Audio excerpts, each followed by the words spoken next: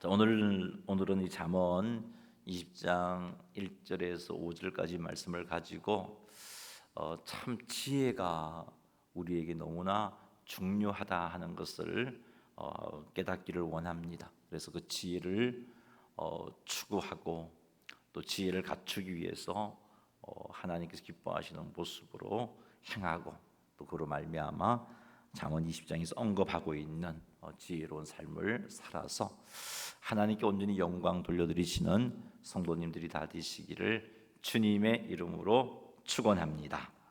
1절 말씀 같이 한번 읽어보겠습니다. 포도주는 거만하게 하는 것이요 독주는 떠들게 하는 것이라 이에 미혹되는 자마다 지혜가 없느니라. 아멘. 포도주는 거만하게 만든다라고 말씀하고 있습니다.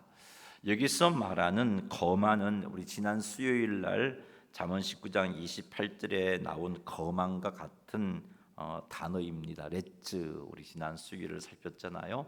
그 레츠한 사람, 레츠의 특징은 꾸지람을 듣지 않습니다. 잘못을 짚어주어도 수용하지 않습니다. 그리고 다툼을 일으키고 분쟁을 일으킵니다. 교만하여서 다른 사람들의 말을 듣지 않고 다른 사람들의 권면과 가르침을 조롱하고 비웃습니다. 자, 이런 자가 거만한 사람인데, 근데 이 포도주가 사람을 거만하게 만든다라고 그렇게 말씀하고 있습니다. 잠언 19장 29절 말씀 한번 읽어보겠습니다. 심판은 거만한 자를 위하여 예비된 것이요 채찍은 어리석은 자의 등을 위하여 예비된 것이니라. 아멘. 심판은 거만한 자를 위하여 예비되어 있다고 말씀하고 있습니다. 거만한 자에게 하나님의 심판이 따라온다는 거죠. 그러므로 우리가 삶 가운데 거만한 모습으로 살아간다면, 레저의 모습으로 자신의 잘못을 짚어주어도 듣지 않고 다툼을 일으키고 분쟁을 일으키고 교만하여 다른 사람을 조롱하고 비웃는 삶을 살면서 하나님 주신 은혜와 복을 누리기를 원하는 것은 정말 못순된 삶을 살고 있는 것입니다. 그러기에 우리는 거만한 자가 되지 말아야 하는데, 오늘 본문은 술이, 포도주가 사람을 거만하게 만든다라고 말씀하고 있습니다. 그리고 뒤편에 독주는 사람을 떠들게 만든다라고 말하고 있습니다. 떠들게 한다는 것은 술이 사람으로 하여금 통제를 잃게 해서 시끄럽고 무질서한 행동을 하게 만든다는 겁니다. 뿐만 아니라 술이 사람의 판단력과 분별력을 흐리게 해서 혼란스러운 상태에 빠지게 해서 잘못된 행동을 하게 하는 그것까지 언급되고 있습니다. 그래서 미혹되는 자마다 지혜가 없다라고 말씀하고 있는 겁니다.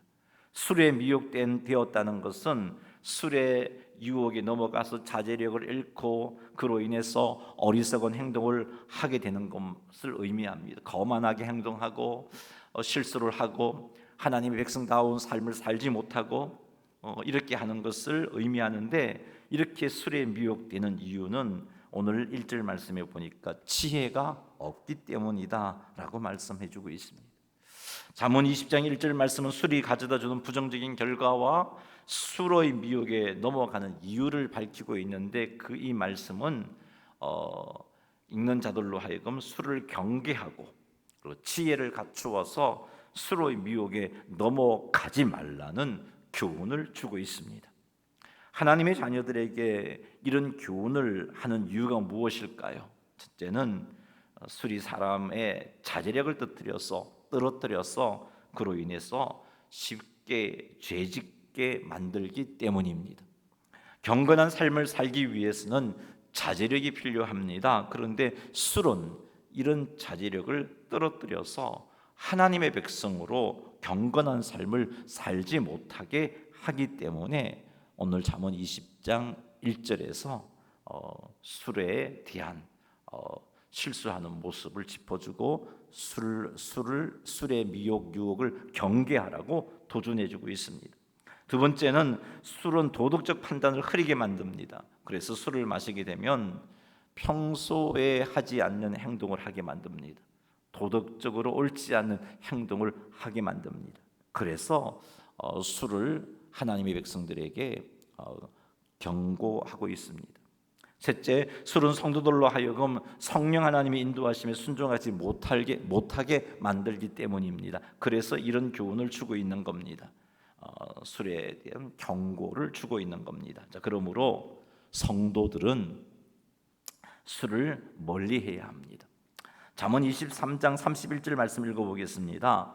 포도주는 붉고 잔에서 번쩍이며 순하게 내려가나니 너는 그것을 보지도 말지어다. 아멘. 포도주는 붉고 잔에서 번쩍이며 순하게 내려간다는 것은 그 술이라는 게 그만큼 매력적이라는 겁니다. 그렇지만 너는 그것을 보지도 말지어다. 아주 강하게 말하고 있죠. 아예 보지도 말라고 말씀하고 있습니다. 먹지 말라는 것보다 더 강한 표현이잖아요. 보지도 말라고 말씀하고 있는 겁니다. 사랑하는 성도 여러분, 술 먹는다고 지옥 가는 것 아니잖아요. 이런 논리로 술을 멀리하라는 오늘의 이 말씀을 가볍게 받지 마시기 바랍니다. 술이 가져다주는 부정적인 결과들, 하나님의 백성의 거룩한 삶과 어울리지 않는다는 것을 명심해서 술을 멀리하시기 바랍니다. 오죽했으면 포도주를 보지도 말라라고 명령하셨을까요? 술의 미혹에 넘어가지 않으려면 우리에게 지혜가 있어야 됩니다. 오늘 1절 말씀을 보면은 미혹되는 자마다, 이에 미혹되는 자마다 지혜가 없느니라. 이 말씀을 볼 때 지혜가 없기 때문에 미혹되었구나 하는 것을 알 수 있습니다. 그러므로 술의 미혹에 넘어가지 아니하려면 우리는 지혜를 갖추어야 합니다. 그런데 이 지혜는 어떻게 얻을 수 있습니까? 지혜의 근본이 뭐라고요? 여호와를 경외함이라 그랬잖아요. 그래서 하나님을 경외하는 자가 이런 지혜를 얻을 수 있습니다. 그리고 이 지혜는 지혜의 말씀인 하나님의 말씀을 주야로 읽고 묵상할 때에 이 지혜를 얻을 수 있습니다.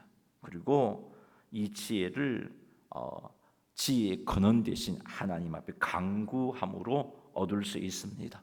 그러니 사랑하는 성도 여러분, 하나님을 경외하시고 주야로 말씀을 읽고 묵상하시고 그리고 하나님께 지혜를 간구하십시오. 이렇게 하여 지혜를 갖추어서 수로의 미혹에 넘어가지 않으시는 성도님들이 다 되시기를 주님의 이름으로 축원합니다. 2절 말씀 읽겠습니다. 왕의 진노는 사자의 부르짖음 같으니 그를 노하게 하는 것은 자기의 생명을 해하는 것이니라. 아멘. 잠언 20장 2절 말씀은 왕의 진노를 사자의 부르짖음으로 비유하고 있습니다. 왕의 진노를 사자의 부르짖음에 비유한 것은 왕의 진노가 그만큼 두렵고 위협적이며 절대적인 권위와 강력한 영향력을 가지고 있다는 것을 강조하기 위하여서 이렇게 표현한 것입니다. 왕의 진노가 이렇게 두렵고 위협적이며 절대적인 권위와 강력한 영향력을 가지고 있기 때문에 왕을 노하게 하는 행동은 자기의 생명을 해하는 것이라고 말씀하고 있습니다. 2절 말씀이 주시는 교훈은 권위에 대한 불순종이나 무시는 심각한 결과를 가져다 준다는 겁니다. 2절 말씀은 성도들에게 권위에 대하여 인정하고 순종할 것을 말씀하고 있습니다. 권위에 대한 인정과 순종은 하나님께서 명령하신 거예요. 로마서 13장 1절 2절 말씀 읽어보겠습니다. 각 사람은 위에 있는 권세들에게 복종하라. 권세는 하나님으로부터 나지 않음이 없나니 모든 권세는 다 하나님께서 정하신 바라. 그러므로 권세를 거스리는 자는 하나님의 명을 거스름이니 거스른 자들은 심판을 자취하리라. 아멘. 각 사람은 위에 있는 권세들에게 복종하라고 명령하고 있어요. 그 이유는 모든 권세가 하나님에게서 난 것이기 때문입니다. 따라서 권세를 거스르는 것은 하나님을 거스르는 것이고 결국은 그런 행동은 하나님의 심판을 초래하는 행동이라는 것이죠. 그래서 오늘 잠언 말씀도 자기 생명을 해하는 것이다 라고 그렇게 말씀하고 있는 겁니다. 사랑하는 성도 여러분, 권위에 대한 불순종과 무시는 결코 하나님께서 기뻐하시지 않으시는 겁니다. 그러니 사랑하는 성도 여러분, 권위에 대하여 순종하는 삶 사시기를 주의 이름으로 축복합니다. 사랑하는 성도 여러분, 혹 권위에 대하여 불순종하거나 무시하고 있지는 않는지 여러분이 삶을 한번 돌아보시기 바랍니다.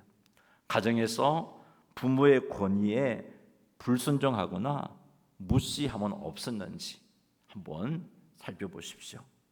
가장의 권위에 불순종하거나 무시하고 있지는 아니한지, 교회에서 영적인 권위에 대하여 불순종하거나 무시하고 있지는 아니한지, 직장에서 상사의 권위에 대하여 불순종하거나 무시하고 있지는 아니한지, 성경은 노인들의 권위를 인정해 줄 것을 말씀하고 있는데 노인들의 권위에 대해서 불순종하거나 무시하고 있지는 아니한지, 권위에 대하여 불순종하거나 무시하고 있다면 그 불순종과 무시, 이것 하나님께서 기뻐하지 않음을 깨달아야 돼요. 그리고 멈추어야 합니다. 이 모든 것이 하나님께서 세우신 권위와 권세에 대해서 도전하는 행동이라는 겁니다. 그러니 사랑하는 성도 여러분, 하나님이 세우신 권세와 권위 앞에 존중히 여기고 또 순종하는 그런 삶을 살아가시는 성도님들이 다 되시기를 주님의 이름으로 축원합니다. 3절 읽겠습니다. 다툼을 멀리하는 것이 사람에게 영광이거늘 미련한 자마다 다툼을 일으키느니라. 아멘. 3절 말씀은 다툼을 멀리하는 것이 사람에게 영광이라고 말씀합니다. 사람에게 영광이라는 표현은 그 사람에게 명예롭고 존귀한 일이다라는 의미입니다. 그렇습니다. 다툼을 피하고 평화를 추구할 때 그는 다른 사람으로부터 존경을 받습니다. 뿐만 아니라 다툼을 멀리할 때 하나님의 아들이라 일컬음을 받게 됩니다. 그만큼 존귀한 자로 인정받게 되는 거죠. 마태복음 5장 9절 말씀 읽어보겠습니다. 화평케 하는 자는 복이 있나니 그들이 하나님의 아들이라 일컬음을 받을 것이며. 아멘. 화평케 하는 자가 하나님의 아들이라 일컬음을 받는다라고 말씀하고 있습니다. 다툼을 멀리하는 한 모습이겠죠. 하나님의 아들이라 일컬음을 받는다는 것은 하나님의 자녀로서의 명예를 누리게 되는 것입니다. 세상 사람들에게 하나님의 속한 자라고 인정받게 되고 나아가 하나님께 영광을 돌리게 되고 하나님께 영광을 돌리게 되므로 하나님께 칭찬 듣는 상 받는 그런 자가 되어진다는 겁니다. 그러므로 사랑하는 성도 여러분, 다툼을 멀리하는 삶을 살아서 사람들에게 존경받고 하나님의 아들이라 일컬음을 받는 자가 되시기 바랍니다. 이렇게 하여 하나님께 영광을 돌리고 하나님께 상 받는 성도님들이 다 되시기를 주님의 이름으로 축원합니다. 이렇게 우리에게 영광이 되는 다툼을 멀리하는 삶을 살기 위해서 우리가 해야 할 일이 있습니다. 3절 하반절 말씀에 이런 말씀이 있어요. 미련한 자마다 다툼을 일으킨다, 이런 말씀이 있는데 이 말씀을 볼 때 다툼을 멀리하기 위해서 갖추어야 할 것이 지혜구나 하는 것을 깨닫습니다. 그래요 여러분, 지혜가 없는 자, 미련한 자는 다툼을 일으킵니다. 자기 자존심 세우기 위해서 다툼을 일으킵니다. 자기 손해보지 않으려고 다툼을 일으킵니다. 하지만 그것을 통해서 결국은 자기가 손해보는 거예요. 하지만 지혜로운 자는 다툼을 멀리합니다. 그래서 우리에게 필요한 것, 성도가 다툼을 멀리하는 삶을 살기 위해서 필요한 것은 지혜를 갖추는 것이다 하는 겁니다. 자, 지혜로운 자가 되면 어떻게 해야 합니까? 오늘 본문 1절에서 말씀드렸습니다. 지혜로운 자가 되려면 여호와를 경외해야 합니다. 지혜로운 자가 되려면 하나님의 말씀을 주야로 읽고 묵상하셔야 합니다. 그리고 지혜의 근원 되신 하나님께 간구해야 합니다.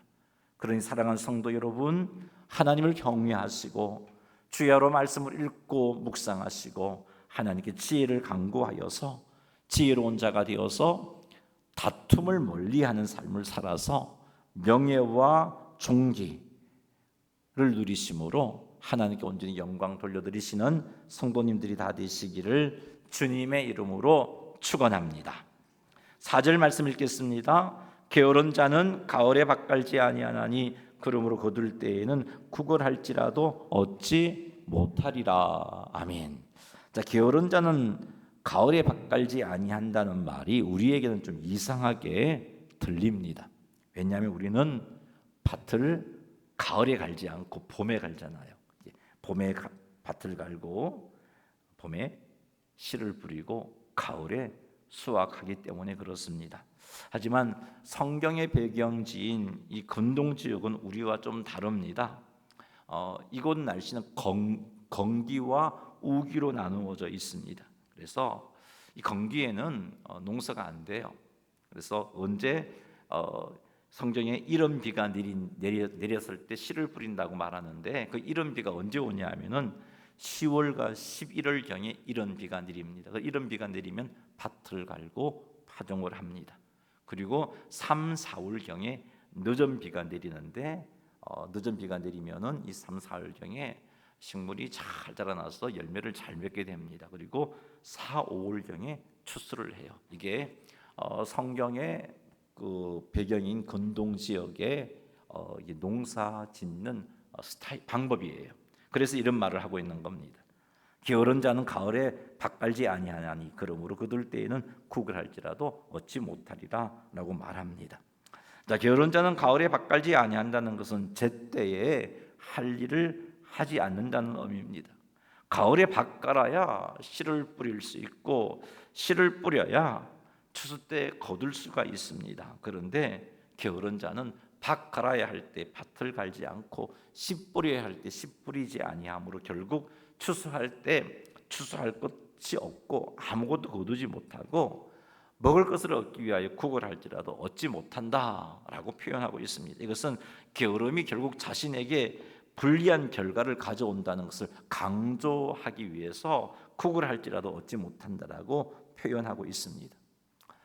자, 이런 이 말씀 4절 말씀의 가르침은요, 농사뿐만 아니라 우리의 영적 육적인 삶에도 다 적용이 되는 말씀입니다.